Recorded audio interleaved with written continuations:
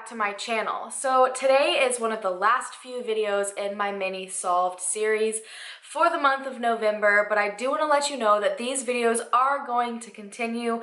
You guys have absolutely loved them, and while they've honestly been some of my most difficult videos to post, with some of the most difficult responses from them, I honestly believe the amount of awareness we have all been able to spread and the knowledge we've all been able to share, things we've been able to learn, has just been incredible, and I plan on continuing that further on in the future. It will probably be after all of my mini series are up, so in the next few months. I might throw one in there every once in a while, but I just want to let you guys know because you're always asking. This type of video will continue afterwards. Today's video is one of my, I guess, favorite types of solved cases. I know that sounds strange, but I have a reasoning behind it.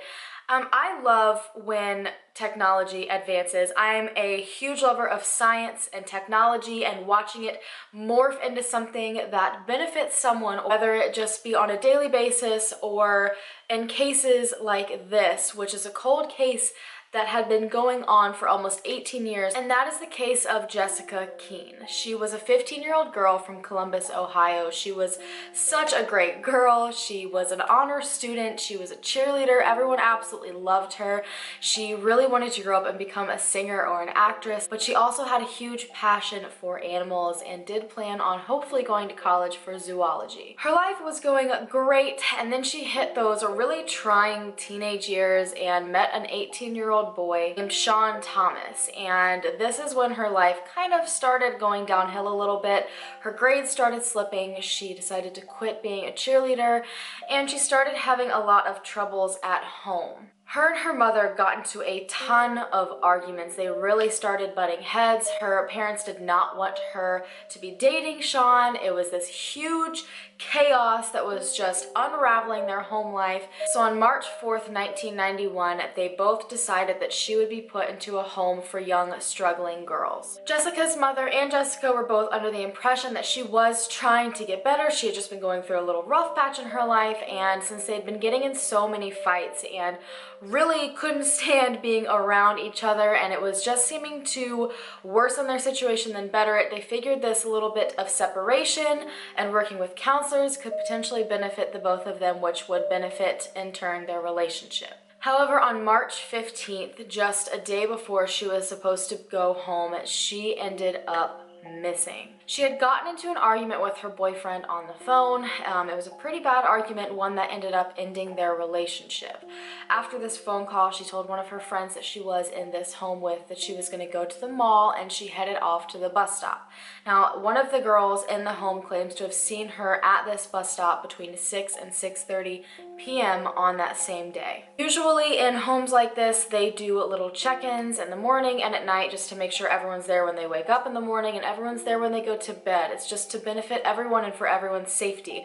However, at 11 p.m. when a check was performed, Jessica was nowhere to be found inside of the home. Within an hour and a half, the mother had already been contacted and the mother had already put in a missing persons report to police. Keep in mind, she had been struggling for a little bit, but she was not known to be someone who just ran away, had issues. She really was a good girl, good grades in school, good attendance. She didn't have any problems. So for her to just go MIA, especially when she was in the process of, really mending her relationship and with her mom and her life, and the day before she was supposed to go home, it just seemed a little bit off, and her mother was extremely concerned. Her mother swore to police and everyone else that Jessica was just with her boyfriend Sean, and obviously this didn't make her very happy. She made sure the police knew that Sean was someone that they needed to look into. Unfortunately though, Jessica's body was found 2 days later on March 17th by someone walking in Foster Chapel Cemetery, which was about 20 miles away from the bus stop she had last been seen at. She was found pretty much completely naked. She had on a really mangled bra and only one sock.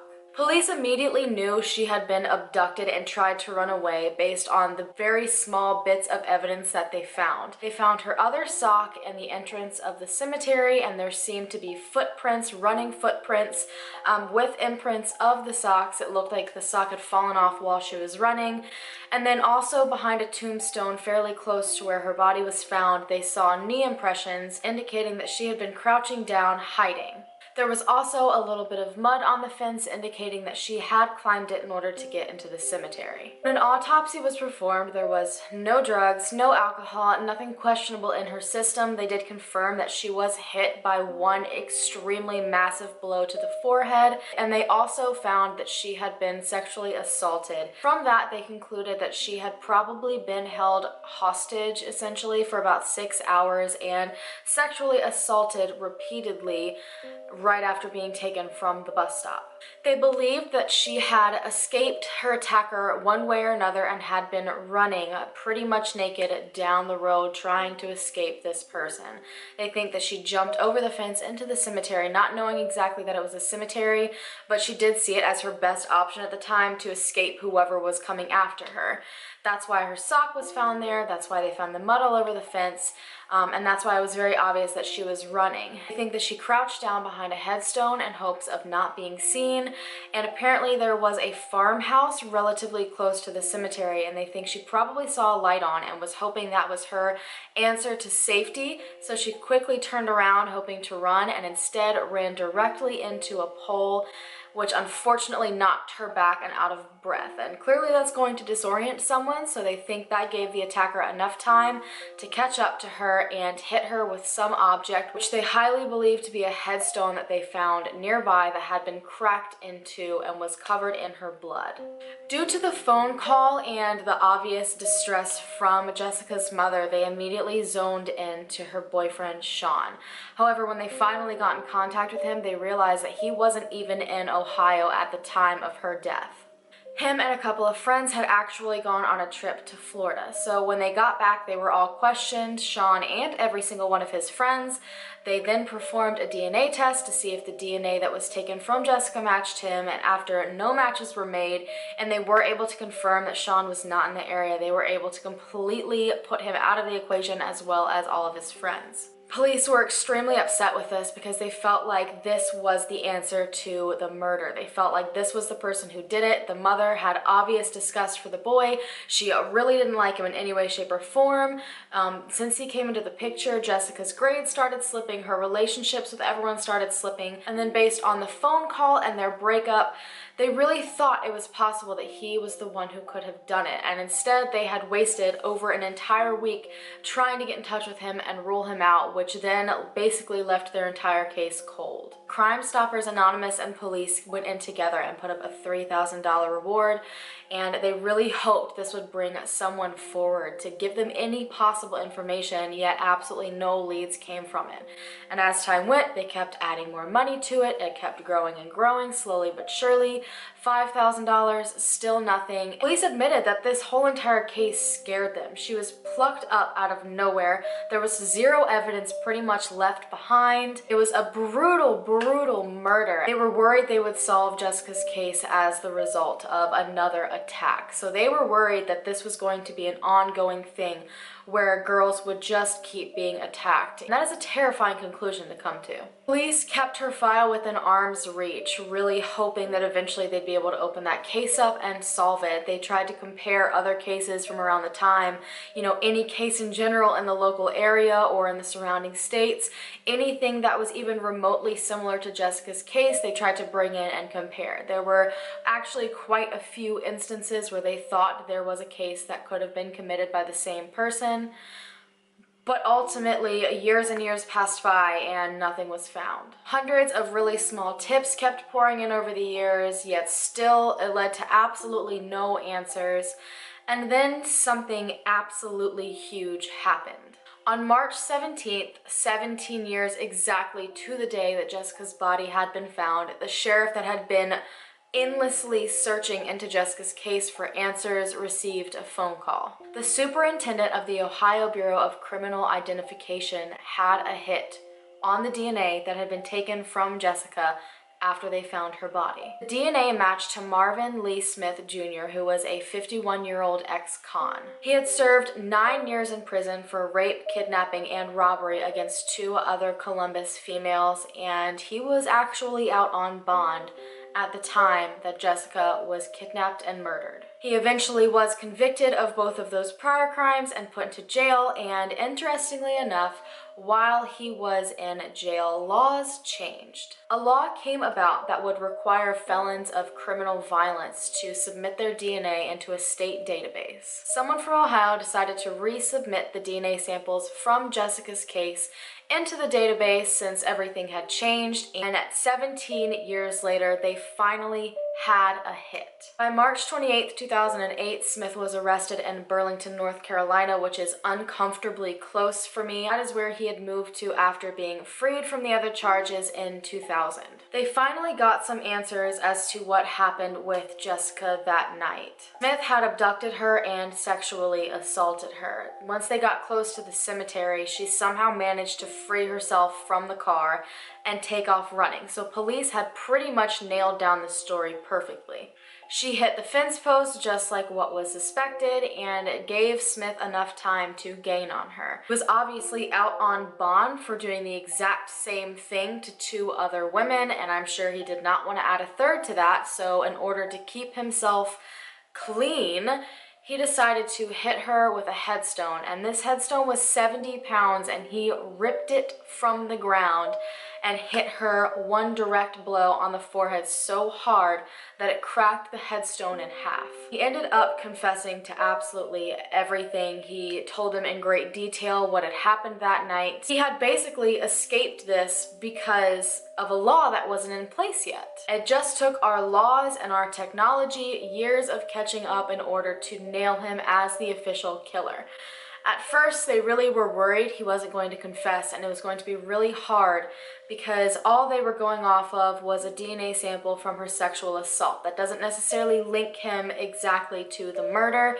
However, best case scenario, he admitted to his actions. In 2009, he pled guilty to rape, aggravated murder, kidnapping, and was sentenced to life in prison with possibility of parole in 30 years, making the earliest possible release date in March of 2038. This story is so incredibly heartbreaking. This girl and her mother were just trying to fix their relationship, and it really was just one of those crimes of opportunity, and it makes you kind of realize how in a split second everything can change, and it's terrifying. It's so scary to know that at just the right place and just the right amount of time, someone can take you and within hours you could be dead, and it could take 18 years for your murder to be solved. This is one of those that really hits you to the core and makes you realize really how fragile life is, and makes you appreciate those around you and your own existence that much more. I think it is amazing how laws can be changed and that there are people out there who are working towards making more advanced technology. Apparently the last bit of testing that they did was a new sort of system, and that is what finally led them to the DNA match. The database obviously has been around for quite some time. He was released in 2000 and he wasn't convicted until 2009. So that just shows you that even with the matching technology, it still takes time for things to progress enough to where it could possibly solve more murders. The thing that makes me happy about this is that this leaves so much more potential for other unsolved murders to be solved, which is amazing. There are so many families out there who don't know what happened to their loved one.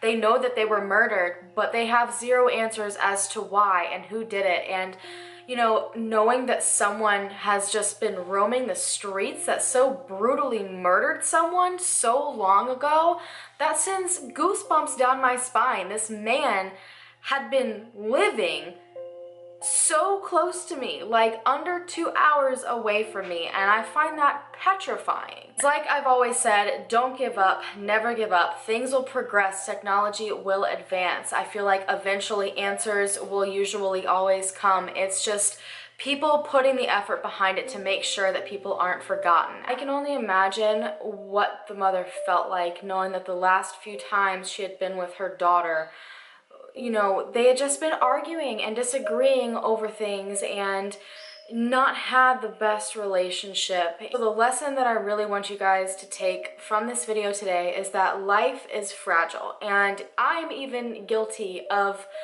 you know, not really stopping and thinking before I get mad at someone, or, you know what I mean, just being mad or upset over really small, petty things. Life is fragile.